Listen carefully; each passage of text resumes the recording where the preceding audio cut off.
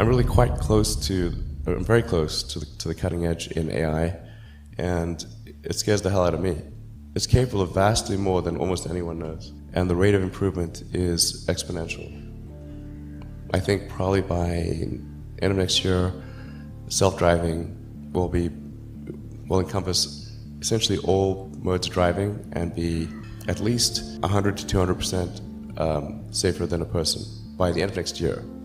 So the rate of improvement is really dramatic. We have to figure out some way to ensure that the advent of digital superintelligence is one which is symbiotic with humanity. I think that's the single biggest existential crisis that we face, and the most pressing one. But this is a case where you have a very serious danger to the public.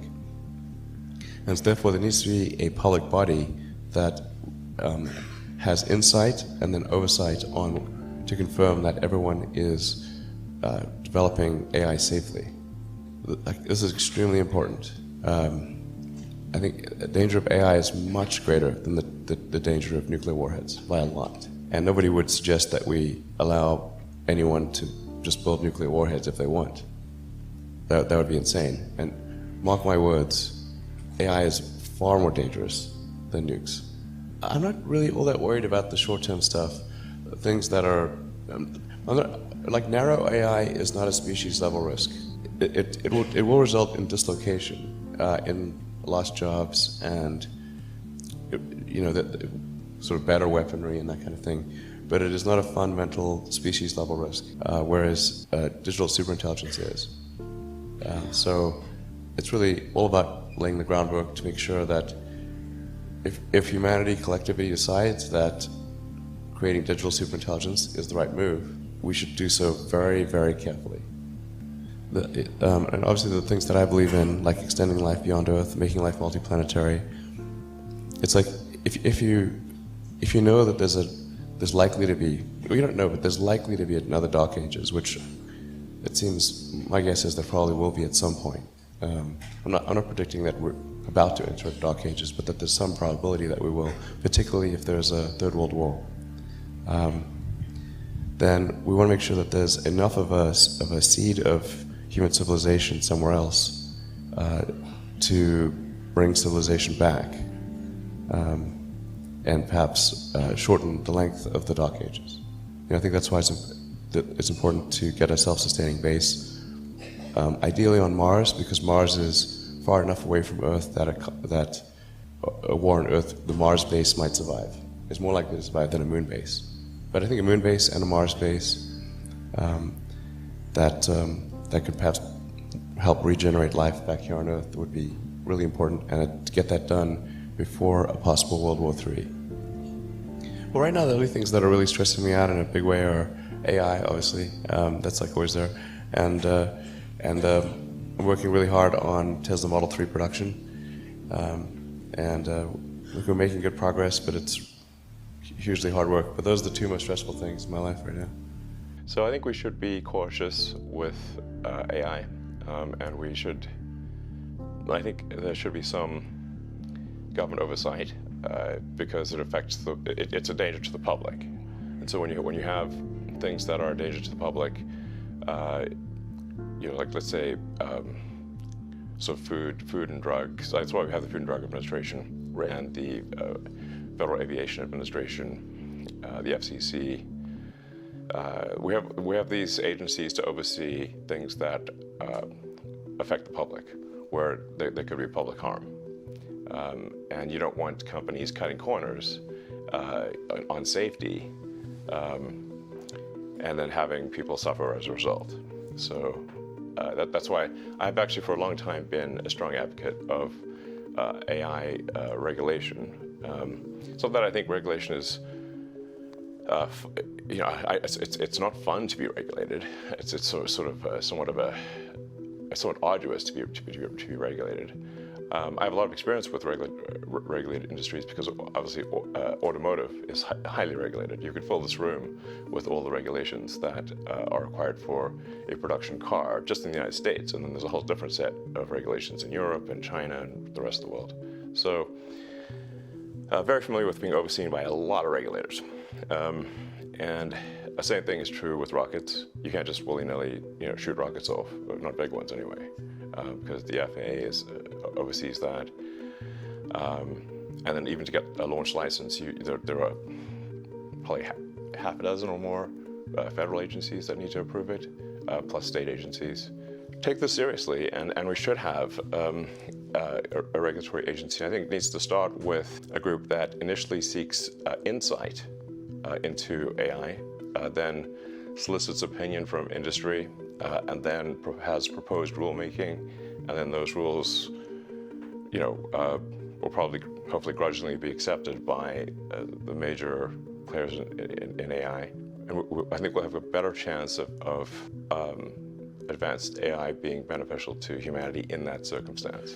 AI is more dangerous than, say, mismanaged aircraft design or production maintenance or bad car production, in the sense that it has the potential, however small one may regard that probability, but it is non-trivial. It has the potential of civilizational destruction.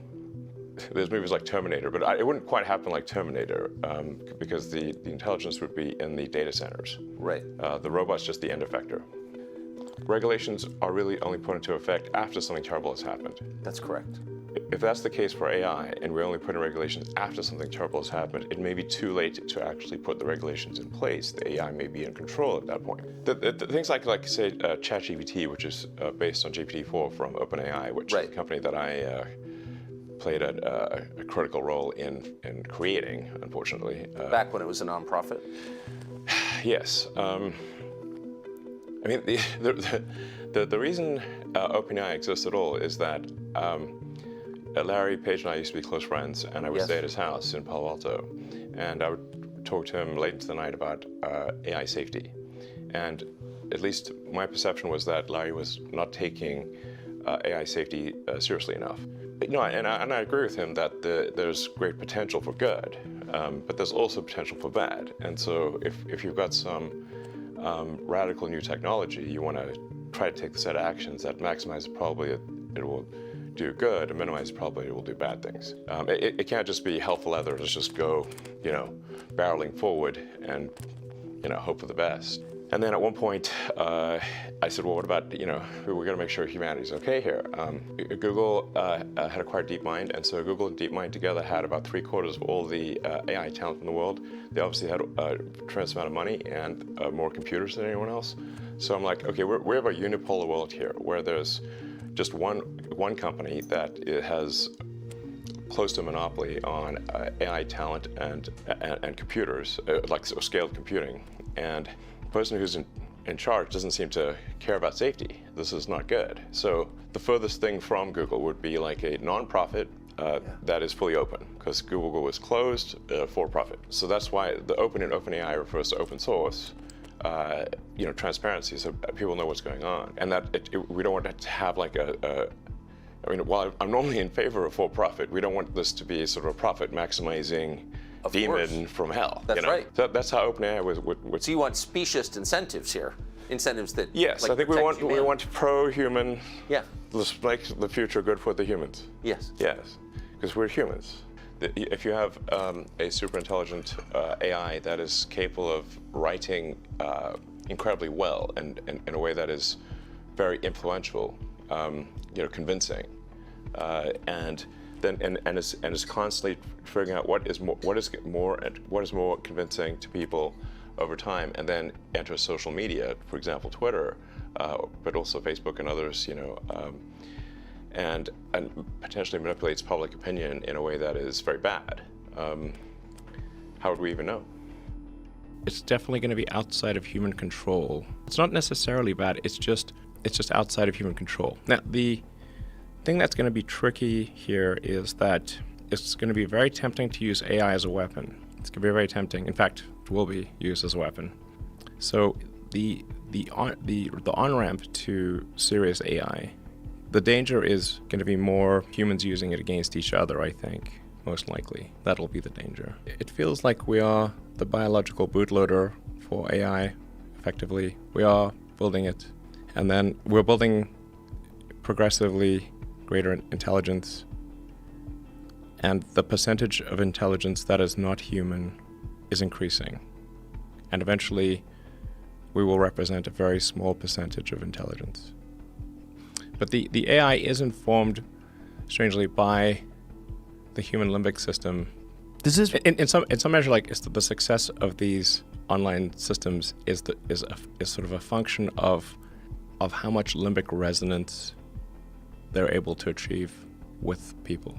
The more limbic resonance, the more engagement. Things are getting more and more connected. They're at this point constrained by bandwidth. I try to convince people to slow down AI, to regulate AI. This was futile. I tried for years. It's not necessarily a doomsday countdown. It's a out of control countdown? Out of control, yeah. People call it the singularity, and that's probably a good way to think about it. It's a singularity. It's hard to predict, like a black hole. What happens past the event horizon? Right. So once it's implemented, it's very different because it will once be able to. Once the genie's out of the bottle, what's going to happen? And it will be able to improve itself. That's where it gets spooky, right? The idea that it can do thousands of years of innovation very, very quickly. Yeah. It could be terrible, and it could be great. It's not clear. But one thing is for sure, we will not control it. The merge scenario with AI is the one that seems like probably the best. Like for us. Yes.